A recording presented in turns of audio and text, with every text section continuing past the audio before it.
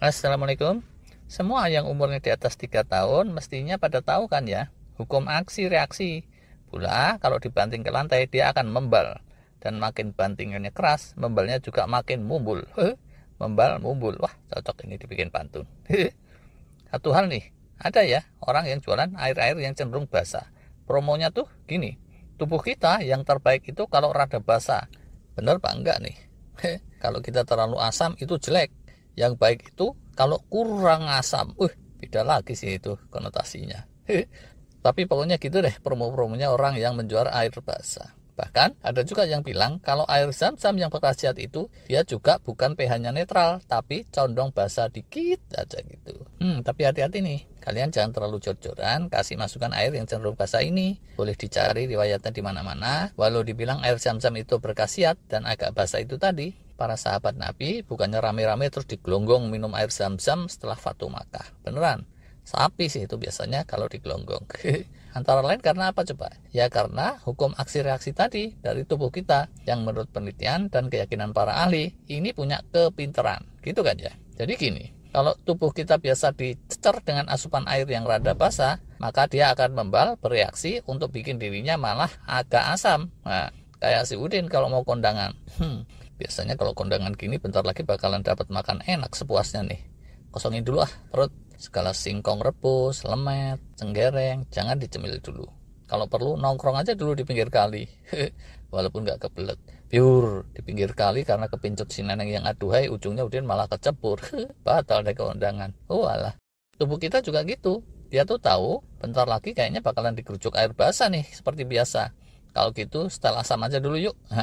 Jadi kalau asupan air basah tadi kelewat intens dan kelewat rutin, itu akan jadi pembiasaan, ujungnya tubuh kita malah akan cenderung asam most of the time. Paradoks nih, kita malah dapatnya yang sebaliknya dari yang kita ingini. Hal sebaliknya juga terjadi. Kalau yang dibiasakan untuk diminum dengan cukup intens itu asupan yang rada asam, infus water gitu, rendaman air lemon, atau air bening yang dicampur cuka apel misalnya. Begitu tubuh kita dilatih dan dibiasakan dengan asupan yang agak asam itu, dia malah jadi cenderung kurang asam. Maksudnya dia akan cenderung basah. Dengan logika yang sama dengan yang tadi itu, logika si Udin. Kalau si Udin tadi kecemplung kali deng ya, bukan bagian situnya. Sorry. Orang sakit mah terus keputar-putar dalam lingkaran setan gundul, itu seringnya juga mirip tuh kejadiannya. Mereka begitu seringnya dapat asupan obat mah, sehingga tubuhnya itu serasa kayak dilatih atau dibiasakan dengan obat mah itu. Bentar lagi obat mah masuk nih, tingkatkanlah produksi asam lambung. Lah, maksudnya ngasih obat mah itu untuk menurunkan asam lambung, ujungnya malah paradoks. Dia itu malah melatih agar dari waktu ke waktu asam lambung kita meningkat produksinya. Sebaliknya, kalau diterapi dengan cuka apel atau air lemon, udah asam lambung menungki, digerucuk asam kecut sekalian, walau sedikit jedar, biasanya terus pala rada puyeng tuh. Pertamanya kayak gitu, makanya kalau pertama jangan langsung banyak. Pertama dikit-dikit, terus dan terus terjadi pembiasaan, tubuh kita dilatih dengan asupan asam cuka apel. Gak lama kemudian, survival mode-nya jalan tuh. Kalau rutin diasup cuka apel air lemon gini, tubuh mesti di setel agak basah nih. Asam lambung juga mesti rada ditekan nih, supaya nanti kalau keasup cuka apel, keasamannya nggak jadi berlebihan. Solve deh jadinya urusan, gitu tuh.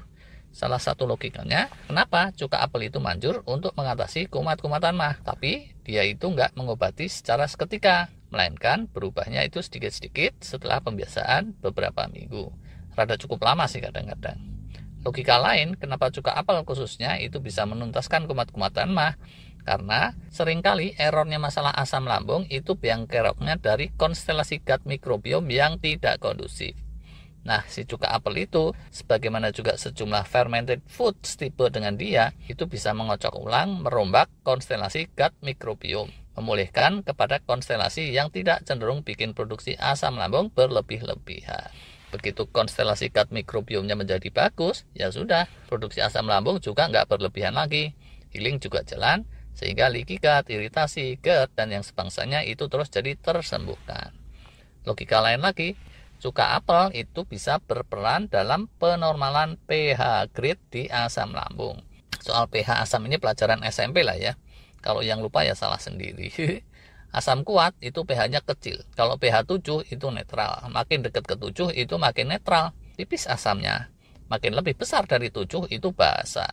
Makin mengecil itu makin kental keasamannya. Silakan aja buka lagi buku SMP untuk yang sudah ketelanjuran jadi jenius. Nah, yang terbaik untuk asam lambung kita kalau pH-nya 1, asam super kuat, atau 2. Dia akan optimal menggerus makanan yang masuk, akan optimal juga menjadi benteng terhadap masukan-masukan virus bakteri yang ketelan. Di pihak lain, kalau yang kumat-kumatan sakit mah, entah karena kebanyakan antasid, kebanyakan obat chemical, atau karena konstelasi gut microbiome yang error tadi, atau karena stres pikirin utang, mereka itu pH asam lambungnya bukannya 1 atau 2, tapi lebih dari 3, alias terlalu encer, kurang pekat. Akibatnya, untuk mengkompensasi kualitas yang melemah, tubuh terus cenderung meningkatkan kuantitas dengan meningkatkan produksi asam lambung. Parah deh tuh jadinya, bisa meluber-luber, jadi GERD, apa segala itu. Dan orangnya terus ngerasain kumat-kumatan mah atau GERD. Dengan cuka apel yang terus bisa menormalisir gut microbiome, biasanya tuh ya, pH asam lambung akan kembali ke grade terbaiknya.